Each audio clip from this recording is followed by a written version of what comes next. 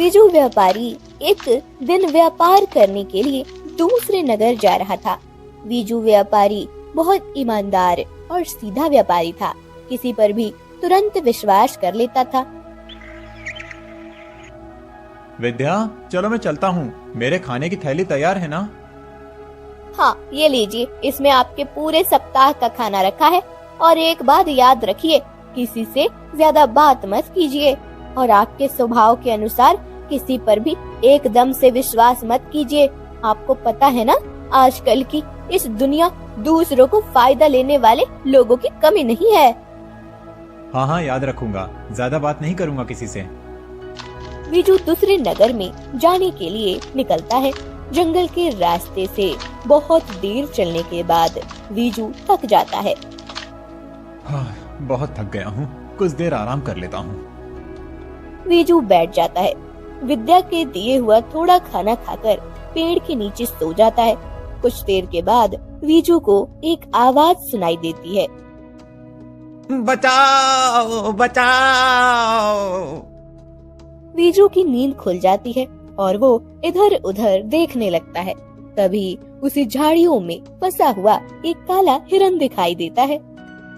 अरे ये क्या? इस हिरन की सींग तो झाड़ियों में फंसी है, इसे छुड़ाना होगा। बीजू उस काले हिरन के पास आता है। मुझे बचाओ, मेरी सींग निकालो इस झाड़ियों से। यदि मैं यहाँ से नहीं निकल पाया तो किसी बाघ या शेर का शिकार बन जाऊंगा, और यदि किसी ने मेरा शिकार नहीं किया तो मैं भूख और प्यास के कारण मर जाऊंगा। मेरी सहायता करो। नहीं नहीं, तुम चिंता मत करो, मैं अभी तुम्हें यहाँ से निकालता हूँ। बीजू उस कांटों के झाड़ियों के बीच फंसे हुए उस हिरन को निकालने की बहुत कोशिश करता है। हिरन के सींग निकालने की कोशिश में बीजू के हाथों में भी कांटे फंस जाते हैं। फिर भी वो अपनी कोशिश जारी रखता है और आखिरकार हिरन के सींग उन झाड़ियों से निकाल जाते हैं। काला हिरन झाड़ियों से छूटने के बाद, तुम्हारा बहुत बहुत धन्यवाद। आज यदि तुम मेरी सहायता नहीं करते तो कदाचित मुझे अपने प्राणों का त्याग करना पड़ता। अरे इसमें धन्यवाद की क्या बात है? तुम्हारी सहायता करना तो मेरा कर्तव्य था। आज तुमने मेरी जो सहायता की है उसे मैं स्मरण रखूंगा, और जब भी तुम्हें किसी सहायता की आवश्यकता होगी तब मैं तुम्हारी सहायता अवश्य करूंगा। बीजू आगे जाने लगता है। कुछ दूर जाने पर उसे एक गरुड़ दिखाई देता है। अरे ये क्या? ये गरुड़ ऐसे क्यों पड़ा है? पास जाकर देखता हूँ। बीजू उस गरुड़ के पास जाता है। गरुड़ राज, क्या हुआ आपको? एक शिकारी के बाण से मेरा पंख आहत हो गया, मैं उड़ नहीं पा रहा हूँ। गरुड़ राज, मैं यहाँ किसी वनस्पति का लेप लगाकर आपके पंख का उपचार करता हूँ, आप चिंता मत कीजिए। बीजू वन में जड़ी बूटी ढूंढता है और उसका लेप बनाकर गरुड़ के पंख पर लगाता है। कुछ देर के बाद गरुड़ का पंख ठीक हो जाता है। तुमने मेरी जो सहायता की है उसके लिए तुम्हारा जितना भी धन्यवाद करूं कम है। आज यदि तुम मेरा उपचार नहीं करते तो कोई शिकारी आकर मुझे पकड़ ले जाता, नहीं तो यहीं मेरे प्राण चले जाते। आपको आभार प्रदर्शन करने की आवश्यकता नहीं है। किसी की सहायता करना तो हर मनुष्य का कर्तव्य होता है। मैं तुम्हारे इस उपकार को कभी नहीं भूलूंगा। मैं वचन देता हूँ कि तुम्हें जब भी मेरी सहायता की आवश्यकता हो मैं तुम्हारे लिए उपस्थित हो जाऊंगा। गरुड़ से विदा लेकर बीजू आगे चला जाता है। दूसरे नगर जाकर वो अच्छा व्यापार करता है। उसे बहुत अच्छा मुनाफा भी होता है। बहुत सारा धन कमाकर अपने नगर लौटने लगता है। उसे लौटते समय मार्ग में एक साहूकार मिलता है। अरे भाई, कहाँ से आ रहे हो और कौन हो? मैं बीजू व्यापारी हूँ, ढोलकपुर से अपने नगर लौट रहा हूँ। अच्छा, ढोलकपुर किसी विशेष कार्य से गए थे? हाँ, वहाँ पर व्यापार करने गया था। और आप? मैं एक साहूकार हूँ। ढोलकपुर के आगे जो गांव है वहाँ एक आदमी से अपने कर्जे के पैसे वापस लेने गया था। बहुत देर से अकेला ही चल रहा था। सोचा किसी का साथ मिल जाए तो आगे का प्रवास करने में सरलता होगी। अकेले ऐसे दूर का प्रवास करना मुझे अच्छा नहीं लगता। हाँ, मुझे भी दूर का प्रवास अच्छा नहीं लगता। साथ में कोई हो तो प्रवास का आनंद आ जाता है। साहूकार और बीजू दोनों बातें करते हुए आगे जाने लगते हैं। किस वस्तु का व्यापार करते हो तुम? मैं ऊन के वस्त्र बनाकर उन्हें बेचने का व्यापार करता हूँ। अभी ठंड का मौसम शुरू हो जाएगा ना, इसीलिए दूसरे नगर जाकर व्यापार करने का विचार किया था मैंने। तो क्या हुआ, व्यापार हुआ कि नहीं? मैंने सुना है कि ढोलकपुर वासी बहुत कंजूस हैं, सरलता से किसी को धन नहीं देते। व्यापारी जितना दाम बताते हैं उससे आधे दाम में वस्तु खरीदते हैं। अरे नहीं नहीं, ढोलकपुर वाले तो बहुत अच्छे हैं। उन्हें तो जितना दाम बताया उतना दाम देकर मेरे वस्त्र खरीद लिए। मुझे तो बहुत अच्छा मुनाफा हुआ है। इतना धन कमाकर जा रहा हूँ कि क्या बताऊँ। इस बार तो मुझे धन की कोई कमी नहीं होगी। अरे वाह, ये तो बहुत अच्छी बात है। इतनी दूर जाकर यदि अच्छा धन कमाने का अवसर प्राप्त हो तो ये किसी सौभाग्य से कम नहीं है। आज मेरा भी काम हो जाता तो मुझे फिर से इतनी दूर आना नहीं पड़ता। उस व्यक्ति ने मेरे कर्जे को नहीं चुकाया। कुछ दिनों के बाद मुझे फिर वहां जाना पड़ेगा। आपका गांव यहाँ से कितनी दूर है? मेरा गांव तो अभी बहुत दूर। दोनों ऐसे ही आगे जाने लगते हैं। बातें करते करते दोनों की दोस्ती हो जाती है। रात हो जाती है और अब अंधेरे में आगे चलना काफी मुश्किल हो रहा था। अब हम वन में पहुंच गए हैं। रात भी हो गई है। ये इतना घना वन है कि यहाँ दिन में भी चलना आसान नहीं है। इतने अंधेरे में हम आगे नहीं जा पाएंगे। मित्र विजू, मेरे विचार से हमें यहीं किसी सुरक्षित स्थान पर आज की रात विश्राम करना उचित रहेगा। आप सही कह रहे हैं। इतने अंधेरे में आगे जाना उचित नहीं होगा। यहाँ पर वन्य जीवों का भी संकट है। कहीं कोई वन्य जीव सामने आ गया तो कहीं हमें खा न जाए। इसीलिए कह रहा हूँ कि आगे जाना सुरक्षित नहीं है। मेरे पास थोड़ा सा भोजन है। हम दोनों यहीं बैठकर भोजन करते हैं और फिर यहीं निद्रा लेकर कल सुबह आगे बढ़ते हैं। हाँ ठीक है। दोनों एक सुरक्षित स्थान देखकर वहाँ पे बैठ जाते हैं। भोजन खाकर दोनों सो जाते हैं। वीजू बहुत थक गया था, इस कारण से उसे जल्दी ही नींद आ जाती है। वीजू खर्राटे लेने लगता है। ये देखकर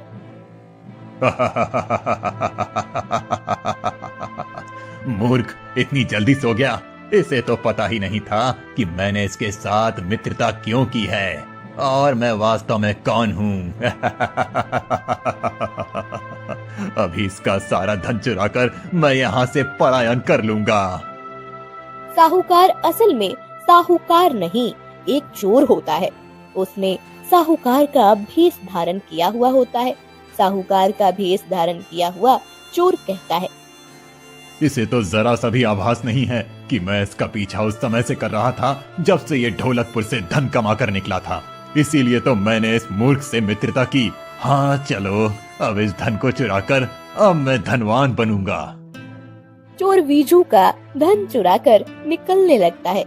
तभी अचानक वीजू की नींद खुल जाती है। वो देखता है कि साहूकार उसका धन चुराकर ले जा रहा है। ये तुम क्या कर रहे हो? मेरा धन चुराने की तुम्हें क्या आवश्यकता है? तुमने क्या सोचा था कि मैं सत्य में एक साहूकार हूँ? मैं तो तुम्हारे धन के लिए ही तुम्हारे पीछे आ रहा था। नहीं, मेरा धन लेकर मत जाओ। मैंने बहुत मेहनत से यह धन कमाया है। और मैं बिना मेहनत के ये सारा धन लेकर जा रहा हूँ। नहीं, दे दो मेरा धन। मेरा धन दे दो। वीजू उस चोर से अपने धन की पोटली खींचने लगता है। चोर बहुत शातिर होता है। वो अपना एक जाल वीजू पर फेंकता है। वीजू उस जाल में फंस जाता है। वीजू जाल से छूटने का प्रयास करने लगता है। वो जितना ज्यादा प्रयास करता है उतना वो जाल में ज्यादा उलझने लगता है। हे भगवान, ये क्या हो गया? वो चोर मेरा धन लेकर जा रहा है और मैं यहाँ फंसा हूँ। मेरी सहायता कीजिए भगवान। मेरी मेहनत का फल वो चोर लेकर जा रहा है। अचानक वीजू को काले हिरन और गरुड़ राज का स्मरण होता है। उनका स्मरण होते ही वीजू, हे गरुड़ राज, हे हिरण, मेरी सहायता कीजिए। उस चोर से मेरे धन का रक्षण कीजिए। ये चोर मेरे श्रम का फल चुरा रहा है। मेरी सहायता कीजिए। वीजू जानवरों से बात कर रहा है। ये देखकर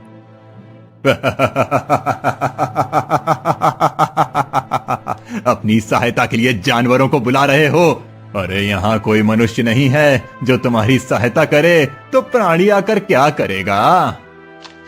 इतना कहकर चोर आगे चलने लगता है। तभी उसके सामने काला हिरन आ जाता है।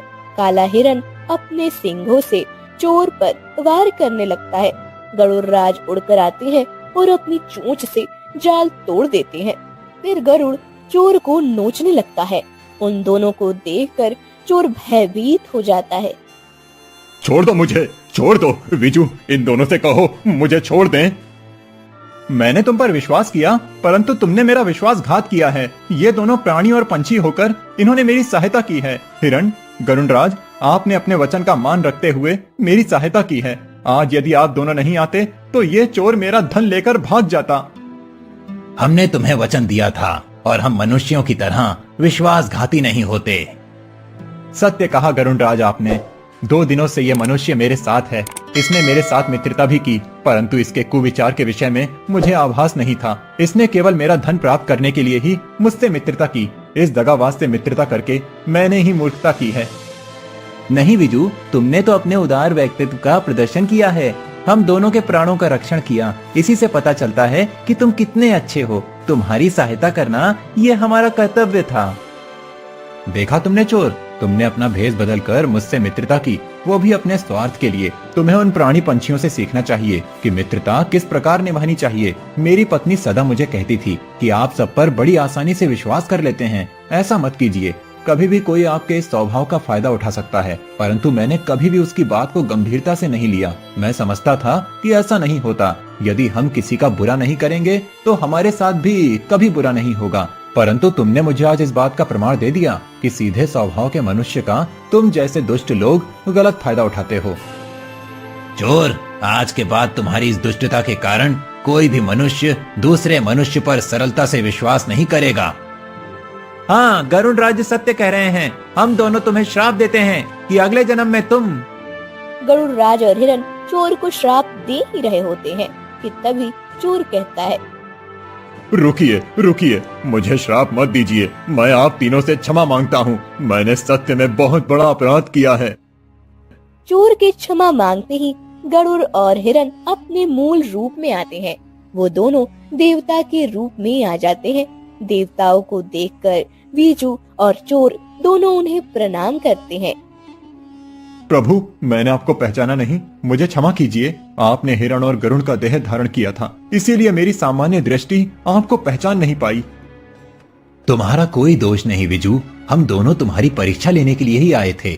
हमने तुम्हारी उदारता के विषय में सुना था, तभी हमने निश्चिंत किया कि इस मनुष्य की परीक्षा लेकर इसकी सत्यता का प्रमाण लेना आवश्यक है। इसीलिए हमने तुम्हारी परीक्षा ली है और उस परीक्षा में तुम अच्छी तरह से उत्तीर्ण हो गए हो।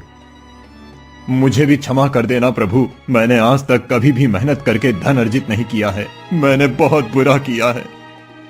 हाँ, तुमने बहुत बुरा किया है, परंतु तुम्हें तुम्हारे अपराधों का बोध है, यही बहुत है। अब हम तुम्हें श्राप नहीं देंगे, परंतु तुम्हें वचन देना होगा कि आज के बाद तुम कभी भी चोरी नहीं करोगे और अपनी मेहनत की कमाई खाओगे। मैं आपको वचन देता हूँ कि मैं आज के बाद कभी भी चोरी नहीं करूँगा, परंतु मुझे कोई काम नहीं आता। इस स्थिति में मैं क्या करूं? तुम मेरे साथ चलो, मैं तुम्हें वस्त्र बनाना सिखाऊंगा। तुम वस्त्र बनाकर धन अर्जित कर सकते हो। चोर का वचन सुनते ही दोनों देवता लुप्त हो जाते हैं। चोर बीजू का चुराया धन लौटा देता है। बीजू अपने घर आ जाता है। चोर भी चोरी करना छोड़कर मेहनत करके अपना चरितार्थ करने लगता है। कुंदन एक गरीब कुम्हार था। अपनी पत्नी राधा और 7 साल का बेटा केशव के साथ रहता था। एक दिन, सुनिए जी, हमारे मकान मालिक रोज आकर किराए की मांग करते हैं।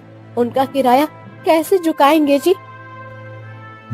मैं भी वही सोच रहा हूँ राधा, क्या करूं? अब पहले की तरह मिट्टी के घड़े और बर्तन बिकते नहीं हैं, इसीलिए ज्यादा धन भी प्राप्त नहीं होता है। देखता हूँ कहीं से अगर कुछ धन मिल गया तो उनका किराया चुका देता हूँ। अब मैं जाकर मिट्टी खोद कर लाता हूँ। कुंदन मिट्टी लेकर घड़े बनाने लगता है। एक दिन केशव अपने दोस्त के घर से चलते हुए आ रहा था। राधा ने देखा कि केशव कुछ अजीब तरीके से चल रहा था। ये देखकर, क्या हुआ केशव, ऐसे क्यों चल रहे हो? माँ, कुछ दिनों से पैर में दर्द हो रहा है। अच्छा, मैं तुम्हारे पैर में गरम तेल की मालिश कर देती हूँ। राधा केशव के पैर में तेल की मालिश कर देती है। फिर कुछ दिनों के बाद राधा देखती है कि केशव टेढ़ी चाल चल रहा है। ये देख राधा, आपने देखा कि कुछ दिनों से केशव कैसे चल रहा है? उसकी चाल टेढ़ी हो गई है। मुझे लगता है कि हमें उसके पैरों के विषय में बताना चाहिए। ठीक है, मैं वैद्य जी को बुलाकर लाता हूँ। कुंदन वैद्य जी को बुलाकर लाता है। वैद्य जी केशव के पैर और उसकी नाड़ी देखते हैं। कुंदन, तुम्हारे पुत्र के दाएं पैर की हड्डी बढ़ नहीं रही है।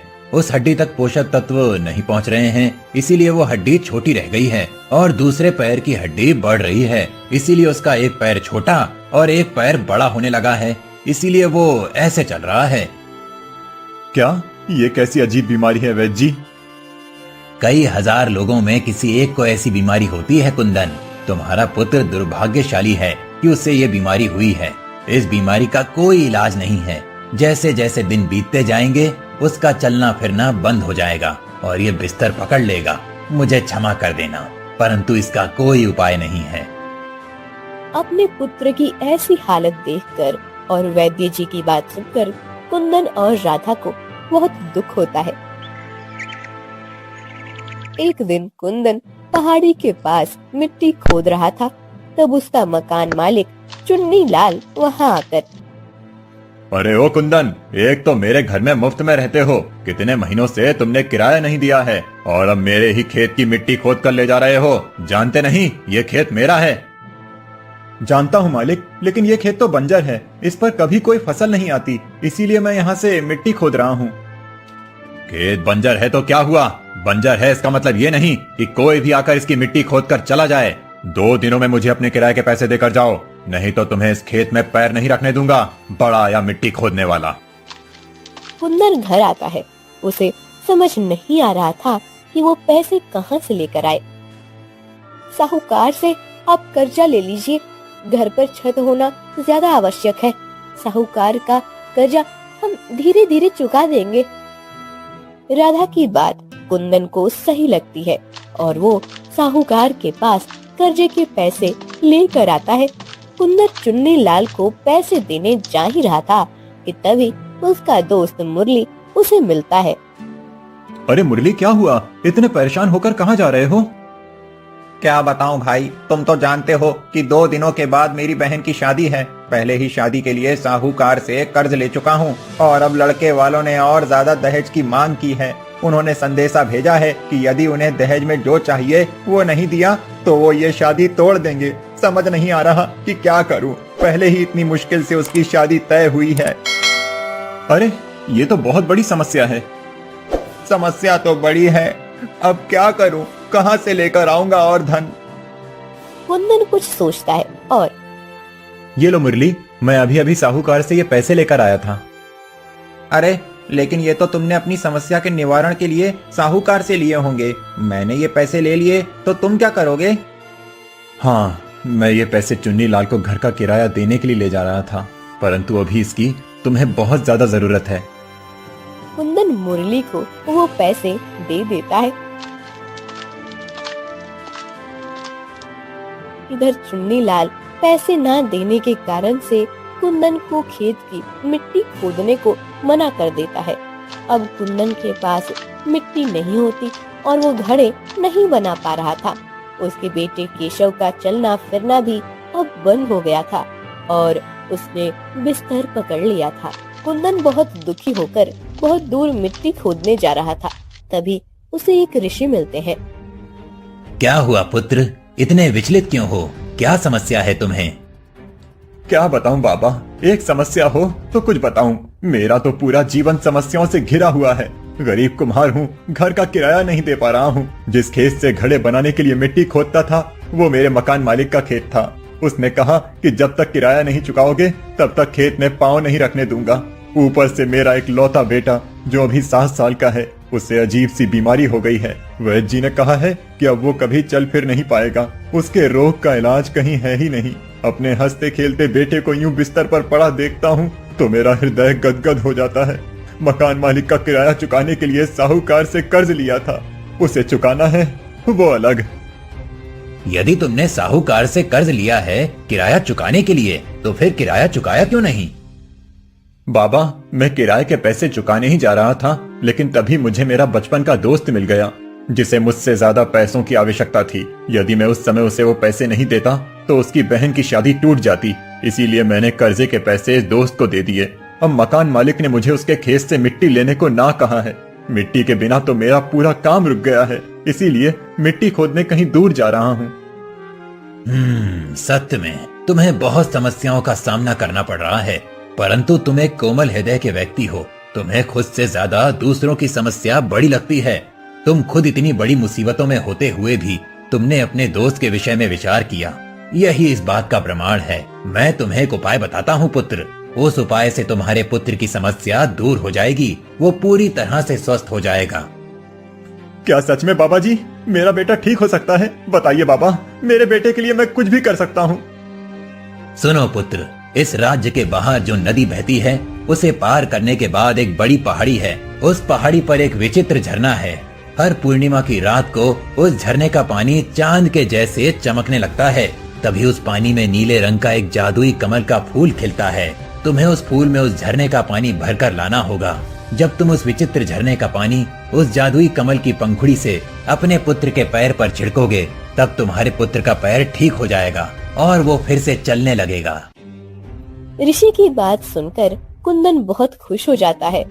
2 दिनों के बाद ही पूर्णिमा की रात हो। कुंदन उस पहाड़ी पर पहुंचता है। पहाड़ी पर वो देखता है कि झरने का पानी चमक रहा है।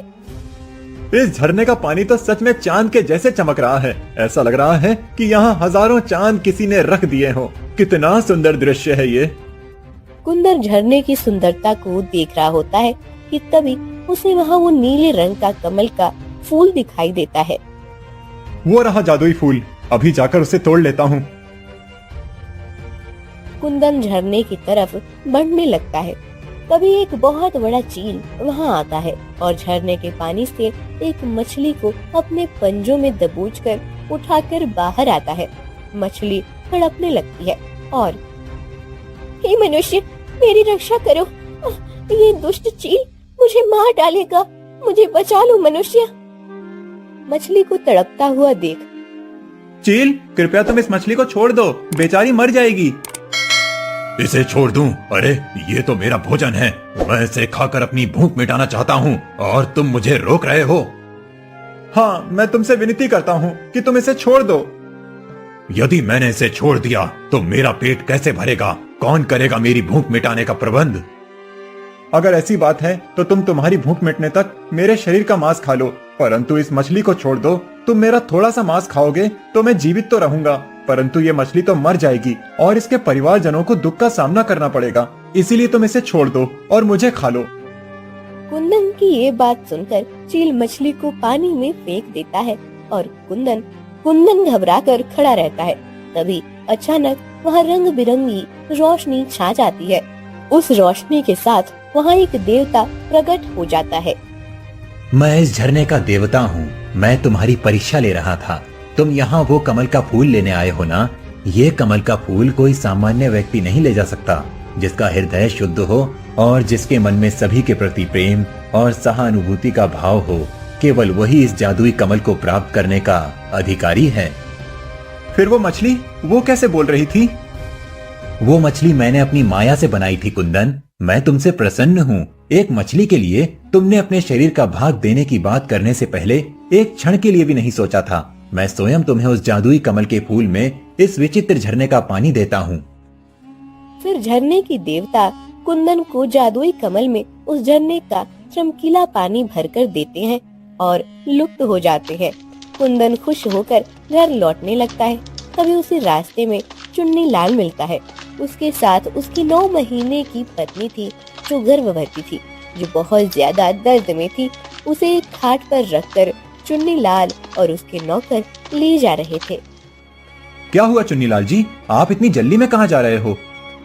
अरे क्या बताऊं कुंदन, ये देखो मेरी पत्नी 9 महीने की गर्भवती है।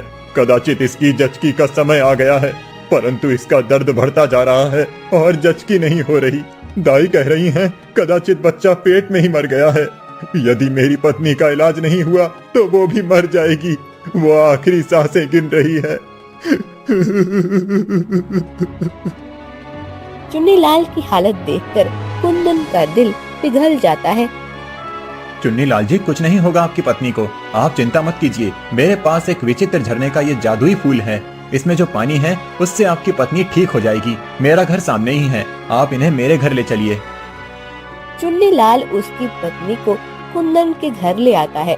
कुंदन उस पर जादुई कमल का थोड़ा सा पानी छिड़क देता है। उसके ऐसे करते ही चुन्नीलाल की पत्नी की सांसें वापस आती हैं। फिर राधा उसे अंदर ले जाती है। वहाँ चुन्नीलाल की पत्नी एक सुंदर सी बेटी को जन्म देती है। अपनी पत्नी और बच्चों को स्वस्थ देखकर चुन्नीलाल कुंदन के पैर पकड़ लेता है। कुंदन, तुम्हारा बहुत बहुत शुक्रिया। आज यदि तुम नहीं होते तो पता नहीं क्या हो जाता। मैंने तो उम्मीद ही छोड़ दी थी। मैंने तुम्हारे साथ कितना बुरा व्यवहार किया था, परंतु फिर भी तुमने उसे भुलाकर मेरी मदद की। मैं तुम्हारा ये उपकार जिंदगी भर नहीं भूलूंगा। इसमें उपकार की कोई बात नहीं है चुन्नीलाल जी, किसी की उपकार में मदद करना ये तो इंसान का धर्म है। मुझे आज ही पता चला कि जब हम दूसरों की मदद करते हैं तब ईश्वर भी हमारी मदद करते हैं। तुमने सही कहा कुंदन, परंतु एक बात बताओ, ये क्या है? ये कैसा जादू कर दिया तुमने? आपने मुझे अपने खेत से मिट्टी खोदने के लिए ना कहा था, इसीलिए मैं दूर मिट्टी खोदने के लिए जा रहा था। तभी मुझे एक ऋषि मिले थे। फिर कुंदन सब बात चुन्नीलाल को बता देता है। कुंदन, आज सिर्फ तुम्हारे कारण मेरी पत्नी और मेरा बच्चा जिंदा है। मैं तुम्हारा जितना भी किराया बाकी है वो सब माफ करता हूँ। तुम मेरे खेत से ही मिट्टी खोद कर उसके घड़े बनाना, तुम्हें कोई नहीं रोकेगा। और हाँ, साहूकार से तुमने मेरे पैसे चुकाने के लिए जो कर्ज लिया था उसे भी मैं भर दूंगा। नहीं नहीं चुन्नीलाल जी, आपको ये करने की जरूरत नहीं है। जरूरत है कुंदन, मैंने तुम्हारे साथ जो बुरा व्यवहार किया है उसका ये प्रायश्चित है, ऐसा समझ लो। और अभी समय मत गवाओ। तुम ये जादुई कमल अपने बेटे किशन को ठीक करने के लिए लाए थे ना, उसके पैर को भी ठीक कर दो। जी। फिर कुंदन बचा हुआ पानी केशव के पैर पर छिड़क देता है। उस जादुई कमल के पानी से केशव का पाँव ठीक हो जाता है। वो उठकर खड़ा हो जाता है और चलने लगता है। पिताजी, मेरा पाँव ठीक हो गया, अब मैं चल सकता हूँ, खेल सकता हूँ। मैं बहुत खुश हूँ पिताजी। अपने बेटे को खुश देखकर कुंदन और राधा की आंखें खुशी से भर आती हैं। कुंदन अगले दिन से चुन्नीलाल के खेत से मिट्टी खोदकर अपने घड़े बनाने का काम करने लगता है।